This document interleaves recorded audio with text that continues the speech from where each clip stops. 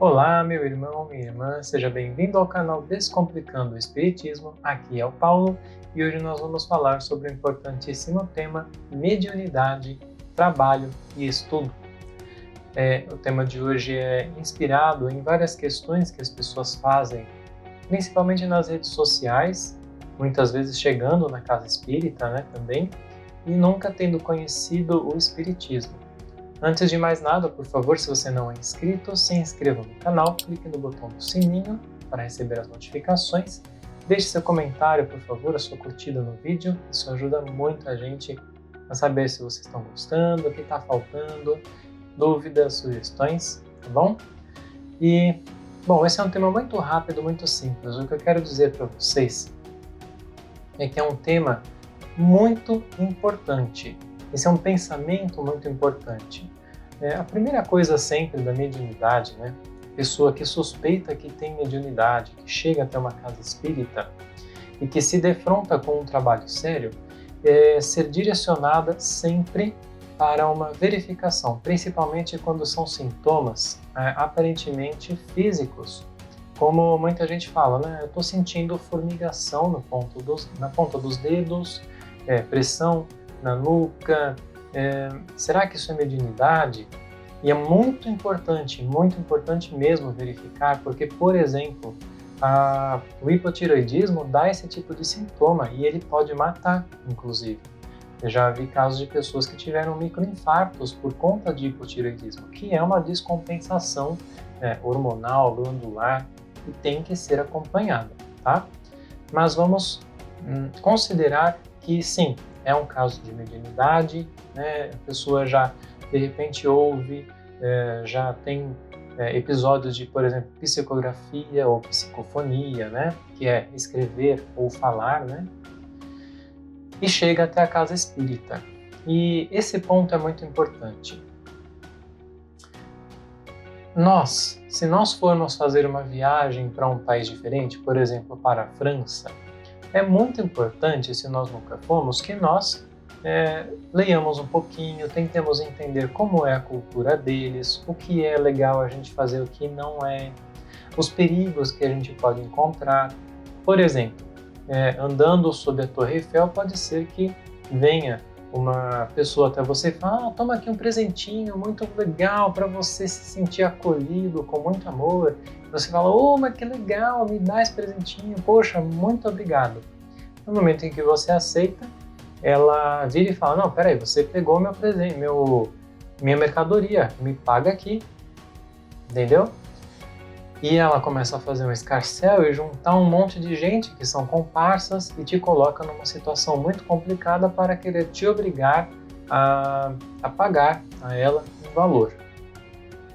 Esse é um simples exemplo de coisas que a gente encontra na nossa própria vida e que não difere para o plano espiritual.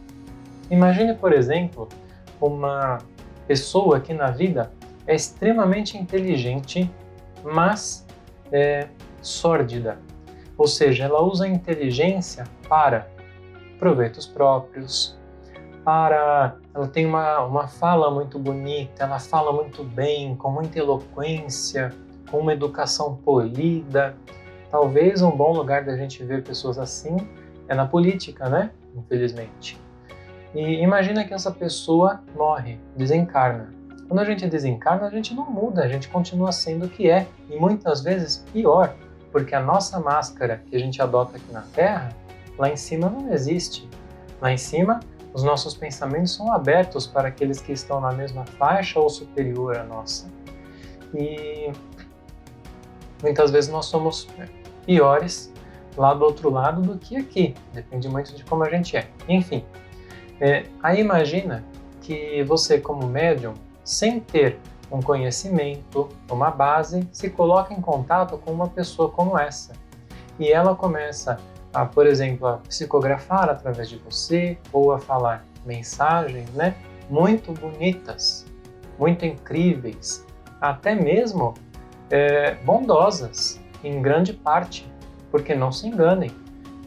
Os espíritos, muitos, estudam também a doutrina espírita e conhecem. Então, no meio de muitas meias-verdades ou verdades inteiras, começam a disseminar, né,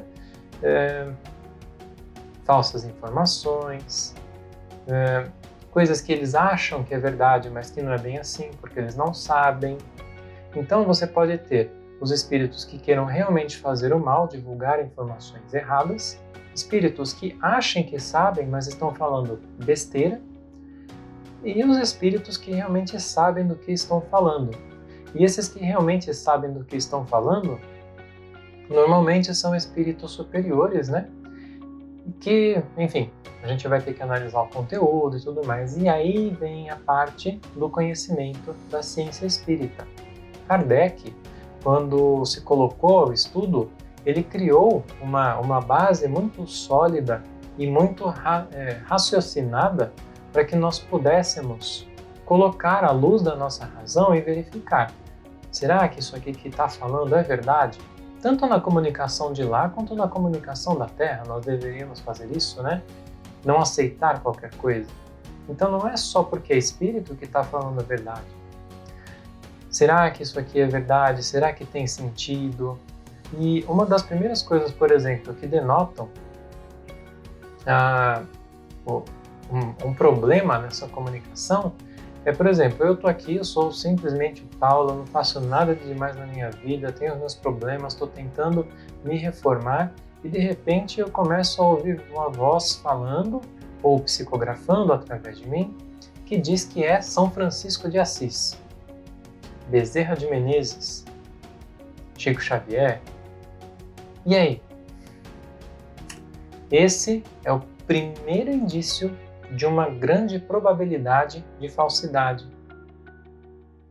Por quê? Bons espíritos não precisam dar nomes pomposos.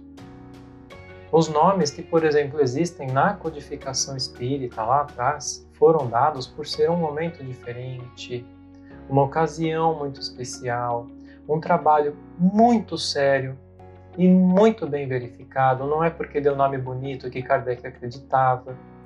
Então, a gente precisa sim do estudo. E aí vem a grande mensagem desse vídeo. Se você chegar num centro, ou uma pessoa qualquer chega num centro espírita com o seguinte tipo de pensamento: olha, eu sou um médium muito bom.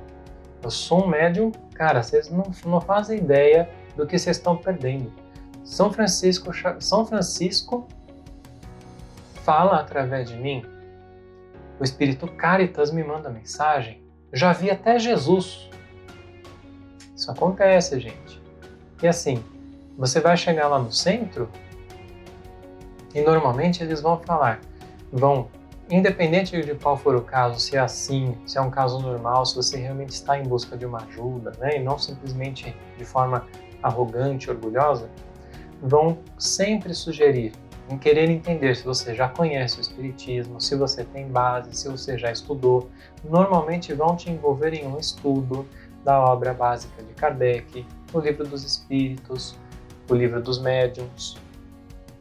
E esse estudo, é claro, em alguns lugares é muito exagerado. 8, 10 anos de estudo também não é por aí, mas é muito importante que nós tenhamos um estudo base que nos permita compreender como é essa relação com o plano espiritual, como são os espíritos, como que ocorre essa troca de energia, como ocorre a comunicação, quais são os tipos de comunicação, como distinguir, como compreender se uma mensagem, uma comunicação é verdadeira ou não. Outro dia eu ouvi alguém falando que dava comunicação a um espírito muito incrível, que era da esfera do Cristo e que disse que se reencarnava na Terra há bilhões de anos. Opa! Nós sabemos que a vida na Terra, a vida inteligente, humana, não tem mais do que algumas dezenas de milhares de anos. Então, peraí. E mais, essa pessoa disse que esse espírito veio para dar uma melhoradinha no Livro dos Espíritos, porque ele não era tão legal assim, porque tinha algumas coisas lá que precisavam ser atualizadas. Gente, eu não conheço ninguém que fale, olha, eu conheço o Livro dos Espíritos, eu entendo ele de cima a baixo, sem nenhuma dúvida, sem nenhum porém, sem nenhum senão, não conheço. Se vocês conhecerem, por favor, me apresente, porque eu não conheço. Então, tem que tomar muito cuidado, a gente não conhece nem isso aqui direito, vai querer dizer que está errado. Nós precisamos sim estudar, nos dedicar e não achar, não querer esperar a mediunidade para trabalhar, para nos reformar. Primeira coisa, muito importante, a mediunidade serve para nos reformarmos, para nos colocarmos no bom caminho, para que nós vigiemos, para que nós sejamos mais vigilantes, mais certinhos, me fugiu a palavra, mas mais corretos no caminho, para nos reformarmos. Mas se ela não vem, ou se ela desapareceu, a gente não deve ficar esperando ela. Não é porque recomendaram que a gente faça um estudo de 1 ou 2 anos que eu tenho que me rebelar e falar, não vou estudar não, ou então, isso aqui assim eu não consigo fazer nada. Você consegue fazer o bem numa casa espírita, por exemplo, ajudando a limpar a casa, a varrer o chão. Você consegue fazer o bem atravessando a rua e indo conversar com o seu vizinho que de repente perdeu um familiar recentemente e que não tem esse pouco de conhecimento que nós que estamos aqui falando sobre doutrina espírita já temos. Não espere isso para fazer o bem, tá bom? É muito importante que nós vejamos com humildade todas as situações de nossa vida e isso principalmente, o estudo.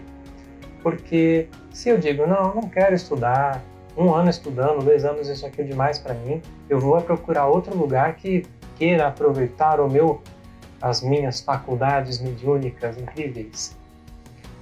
Você vai encontrar. Eu vou encontrar. Certeza. Mas será que esse lugar está fazendo bem? Será que realmente está fazendo bem para mim em primeiro lugar e para as outras pessoas? Que tipo de comunicação eu vou dar ali? Eu não tenho base. Então é muito importante pensar sobre isso. Tá bom, gente?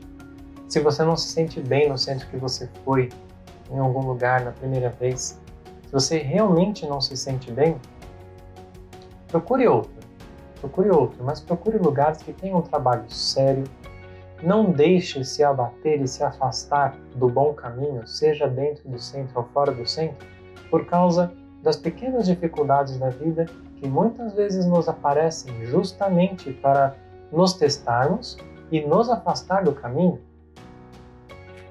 Pense bem sobre isso, pense com carinho e eu acho que por hoje é isso.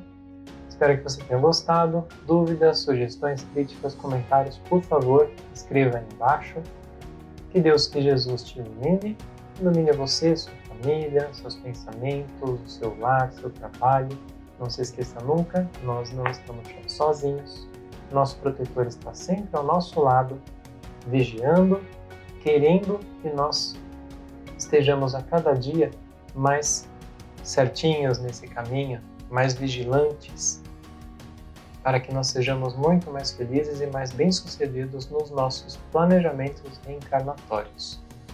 Um grande abraço e até o próximo vídeo.